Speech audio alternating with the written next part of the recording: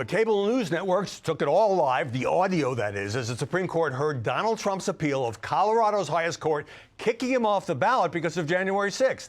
And most of the justices, conservative and liberal, were openly skeptical about disqualifying him.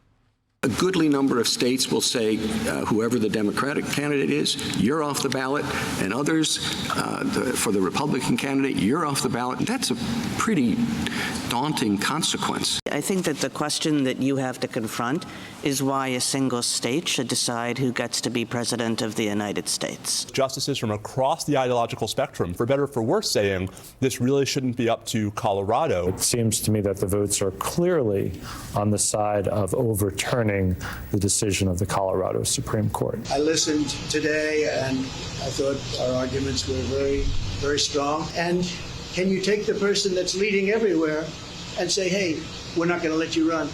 You know, I think that's pretty tough to do.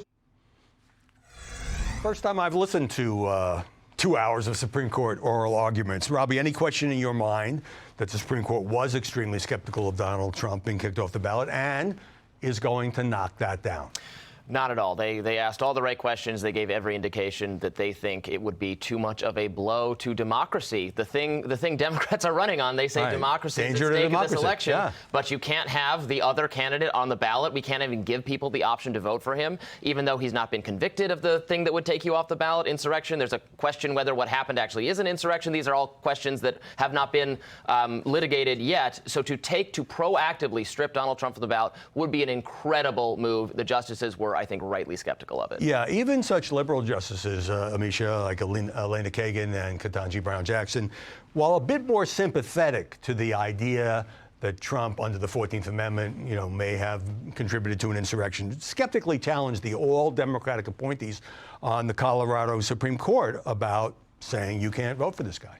No, and Colorado has an interesting past of not voting for Trump anyway, so they can just continue and carry on the same way they've been doing. But there's also Maine and potentially other states. Exactly. So I actually agree with Chief Justice Roberts here, because if this was something that they were to uphold in the Colorado ruling, there is nothing to say that another Democrat, another Republican, on down the line, so on and so forth, states could also kick them off. I do think that there is something to be said about letting the voters decide. Donald Trump seems to be the Republican nominee. There's no signs of stopping that. And Colorado, again, has proven time and time again that at the ballot box, they reject Donald Trump. There's no reason to stop rejecting him now. Now, most of the justices, when you get beyond the legal weeds about self-executing laws and precedents and so forth, just question how impractical this would be. What about if other states followed Colorado's lead? What if some tried to kick Joe Biden off the ballot? And I think that may have been the crux of it for the 9 members of the Supremes. Absolutely. And look, at some level, it's a political question. If you want to hold Donald Trump accountable for anything he did as presidency, for what happened on January 6th, et cetera, well, then you don't vote for him or contribute to his opponent, campaign against him. Yeah.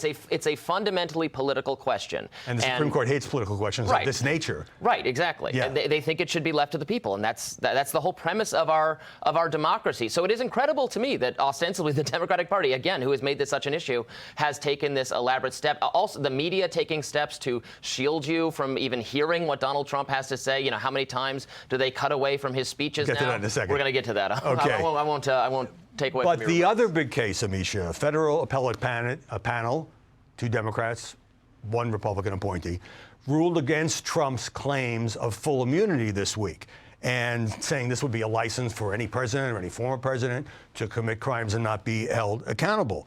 And Donald Trump has until tomorrow to appeal that ruling to the Supreme Court. So could there be a split decision for the former president? Maybe he loses on immunity but wins on ballot access? Absolutely, and I'd 100% say that that's the way it's going to go. Me too. This blanket immunity claim, this blanket immunity claim was always ridiculous. There's nothing to say, and it's not written that way in our Constitution or anyplace else, that a president can have all types of criminality and never be held accountable. That is not how this country works. This is not a fiefdom. He is not a king. This is not a monarchy. That's not how this works. And he is being held accountable. I think that in this case, he's definitely going to lose, and he's going to lose big, because it was never really an opportune time to make that claim to begin with. It was a little bit shady from the jump. And I think that what Donald Trump tried to do was basically say that because I'm president, all powers are invested in me. I am untouchable. And what the court is going to tell him is that it's absolutely incorrect. Yeah, I don't know if shady is the right word. I mean, there's arguments on both sides, but I think you may be right on the outcome. Now, you alluded to this earlier, Robby. I want to get a quick comment from each of you. MSNBC, which in the past has boasted about not taking Donald Trump live, did take his comments after the Supreme Court hearing. He started out by talking about politics, and then this happened. In watching the Supreme Court today, I thought it's a very beautiful process. And we've been listening to Donald Trump. So he was just getting to the Supreme Court ruling, and some executive, I think, decided to cut away. Quick thought. Their view is that they can't allow audiences to hear him say things that might be wrong or exaggerated or something, that they're protecting people from his words. I don't understand the strategy at all. Donald Trump is like more popular than ever. He's ahead in all of the swing states. Polls show him winning. It's not a good strategy. His words lead to extreme violence. We've seen that time and time again. But not when he's talking about a Supreme Court case, which I think some in the audience, even if they don't like Donald Trump, might like to hear. Robby Soave, Ameshia Cross, thanks so much. Up next, the press is stunned when House Republicans fall just short of impeaching Alejandro Mayorkas.